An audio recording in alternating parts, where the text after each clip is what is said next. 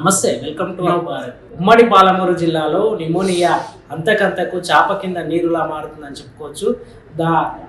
దాంతోపాటు నేడు నిమోనియా నివారణ దినోత్సవం సందర్భంగా నిమోనియాకి సంబంధించినటువంటి లక్షణాలు ఎలా ఉంటాయి, నిమోనియా నివారించడానికి ఎటువంటి జాగ్రత్తలు తీసుకోవాలనే విషయాన్ని మాట్లాడడానికి మన దగ్గర ప్రభుత్వ జనరల్ ఆసుపత్రి సూపరింటెండెంట్ రంగా అజ్మీరా గారు ఉన్నారు. మాట్లాడదాం. సార్ చెప్పండి, అసలు నిమోనియా అనే వ్యాధి ఎలా ఉంటుంది? నిమోనియా అనేది ఊపిరితిత్తుల్లో వచ్చే ఒక ఇన్ఫెక్షన్ వల్ల వచ్చేది.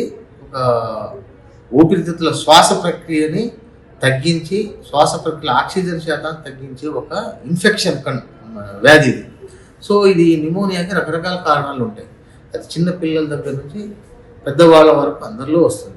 చిన్న పిల్లల్లో మోస్ట్ కామన్ ఏ విధంగా వస్తుందంటే, ఇప్పుడు మెచ్యూరిటీ, లంగ్ మెచ్యూరిటీ అంటే ఊపిరితిత్తులు మెచ్యూర్ కాకుండా నెలలు పుట్టక ముందు, తక్కువ బరువుతో పుట్టే పిల్లలు, అట్లాంటి పిల్లల్లో ఇది ఊపిరితిత్తుల యొక్క ఇమ్యూనిటీ పవర్, ఊపిరితిత్తుల ఫంక్షనింగ్ పవర్ తక్కువ ఉంటుంది కాబట్టి వాళ్ళలో ఎక్కువగా వచ్చే ఛాన్స్ ఉంటుంది. అట్లాగే పెద్దవాళ్ళలో ఏంటంటే ఊపిరితిత్తులు శ్వాస ప్రక్రియ, ఊపిరితిత్తుల కండరాలు అవన్నీ కూడా వీక్ అయిపోవడం వల్ల వివిధ రకాల దుమ్ము, ధూళి, వాతావరణంలో వచ్చే మార్పులు, తేమ, ఇవన్నీ కూడా ఒక కారకాలు. రకరకాల కారకాల వల్ల ఊపిరితిత్తుల మీద ఎఫెక్ట్ పడి ఇన్ఫెక్షన్ తగ్గడం వల్ల బ్యాక్టీరియా ఉంటుంది, వైరస్ ఉంటుంది. సో ఏ రకమైన ఇన్ఫెక్షన్ తగ్గినా ఊపిరితిత్తుల యొక్క శ్వాస ప్రక్రియ వేగం అవ్వడం, ఊపిరితిత్తుల్లో ఆక్సిజన్ శాతం పడిపోవడం అనేది న్యూమోనియా యొక్క ముఖ్య లక్ష్యం.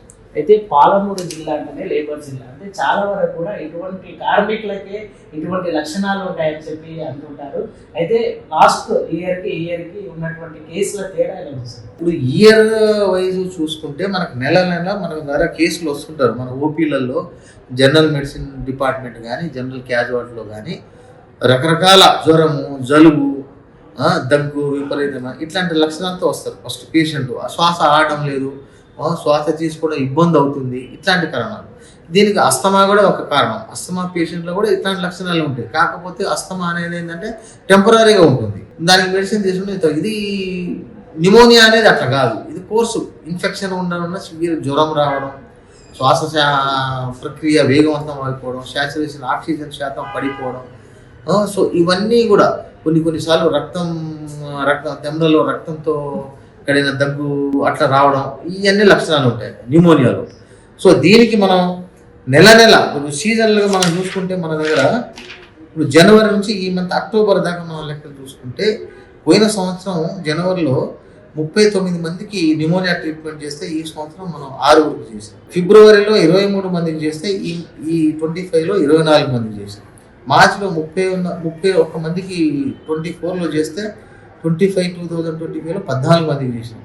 సో ఇట్లా ఏప్రిల్లో 14 మందికి, ముగ్గురికి, మేలో పోయిన సంవత్సరం 11 మందికి, ఈ సంవత్సరం 12. సో ఒక నెల ఎక్కువ తక్కువ అట్లా వస్తుంటాయి. సో సీజనల్గా ఏంటంటే ఈ వర్షాలు ఎక్కువ పడ్డప్పుడు, చలిగాలులు తీవ్ర ఎక్కువైనప్పుడు, అస్తమా ఉన్న వాళ్ళల్లో, తర్వాత దుమ్ము, ధూళి ఇట్లాంటి ఎక్కువ ఎక్స్పోజ్ అయిన వాళ్ళల్లో, అట్లాగే ఈ ధూమపానాలు, ఈ సిగరెట్లు, పొగాకు తాగే వాళ్ళల్లో ఏంటంటే ఈ ఊపిరితిత్తుల యొక్క కెపాసిటీ తగ్గిపోతుంది. దాంతో ఏంటంటే కొద్ది మార్పు, ఏ వాతావరణంలో ఏ కొద్ది తక్కువ మార్పులు వచ్చినా కానీ, ఏ చిన్న వాటికి ఎక్స్పోజ్ అయినా కానీ తొందరగా ఇన్ఫెక్ట్ అయ్యే ఛాన్సెస్ ఉంటుంది. చివరి చెప్పండి సార్, ఏదైతే నిమోనియా నివారణ దినోత్సవం సందర్భంగా మీ నుండి జిల్లా ప్రజలకు ఏం చెప్పబోతుంది?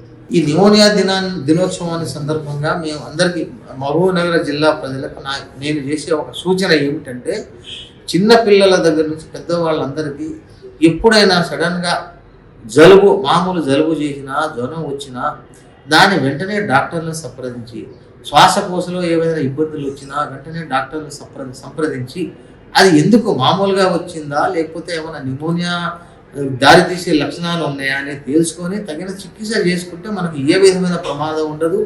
అలాగే వాతావరణంలో వచ్చే మార్పులని గమనిస్తూ వాతావరణాన్ని మనం ఆ వాతావరణ బారిన పడకుండా మన శ్వాస ఊపిరితిత్తులను, మన ఆరోగ్యాన్ని కాపాడడం కోసం తగిన పద్ధతులు, అంటే ఇప్పుడు డస్ట్, దుమ్ము, ధూళి పనిచేసే కార్మికులు, లేబరు, వీళ్ళందరూ ధూళిలో వ్యవసాయ పనులు కానీ, వ్యవసాయ కార్మికులు కానీ, ఏ పనులు కానీ ముక్కుకు ఏదన్నా కట్టుకోవడం, ఆ దుమ్ము ధూళి లోపల పోకుండా చూసుకోవడం.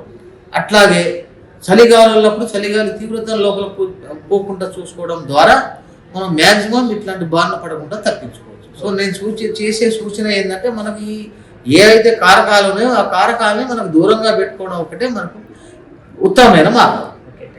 ఇది సో మొత్తానికి ఏదైతే అయితే వాతావరణంలో మార్పుల వల్ల న్యూమోనియా అనే వ్యాధి బారిన పడేటువంటి ప్రజలు కూడా జాగ్రత్తలు పాటించాలి.